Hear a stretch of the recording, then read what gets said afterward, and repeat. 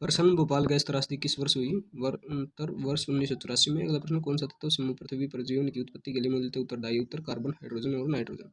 अगला प्रश्न, प्राकृतिक गैस का मुख्य घटक क्या है? उत्तर मीथेन। अगला प्रश्न है, कौन सी नोबेल गैस से वायु में पाई जाती है? उत्तर आर्गन, हीलियम और नियोन। अगला प्रश्न है, ओजोन रिक्तता से कौन सा रोग होगा? उत्तर चर्म रोग। अगला प्रश्न है, वर्ष 1984 में कौन सी गैस के रिसाव के कारण भोपाल गैस त्रासदी हुई थी? तो ये हुई थी रिसाव मिथाइल आइसोसाइनेट का। अगला प्रश्न, प्रकृति में सर्वाधिक प्रचुरता में पाया जाने वाला कार्बनिक यौगिक कौन सा है? तो यह है सेलुलोज।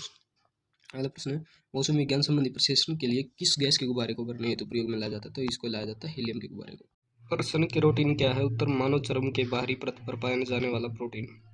अगला प्रश्न, कोक स्टील के उत्पादन में भट्टी स्फोट के लिए मिलाए जाने वाले चार्ज की सामग्री में से एक है, इसका प्रमुख कार्य क्या है? उत्तर ऊष्मा की आपूर्ति के लिए ईंधन के रूप में कार्य करना और अपाचक के रूप में क्रिया करना।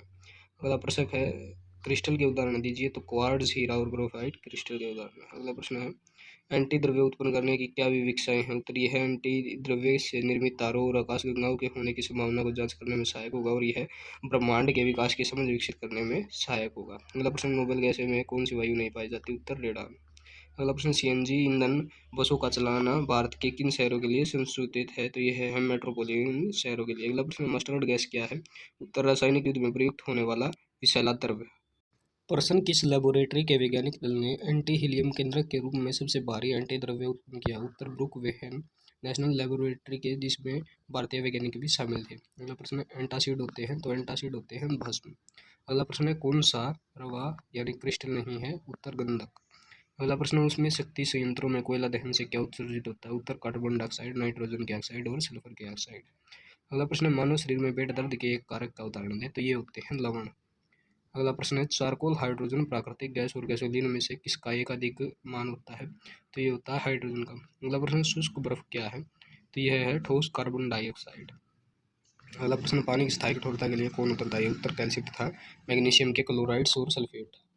प्रश्न, प्रत्यय का आमतौर पर इस्तेमाल पेट की अम्लीयता से छुटकारा पाने के लिए होता है। आमतौर पर प्रयुक्त प्रत्यय कौन सा है? तो यह है मैग्नीशियम हाइड्रोक्साइड। अगला प्रश्न है, ऊर्जा का कौन सा स्रोत व्यावसायिक स्रोत है? उत्तर पेट्रोलियम, प्राकृतिक गैस और परमाणु ऊर्जा। अगला प्रश्न है, अम्लीय वर्षा एक कारक लिखें। तो अम्लीय वर्षा का एक कारक है सल्फर डाइऑक्साइड। अगला प्रश्न है, शीत भंडारों में फलों तथा सब्जियों का अपघटन होता है, धीमा हो जाता है।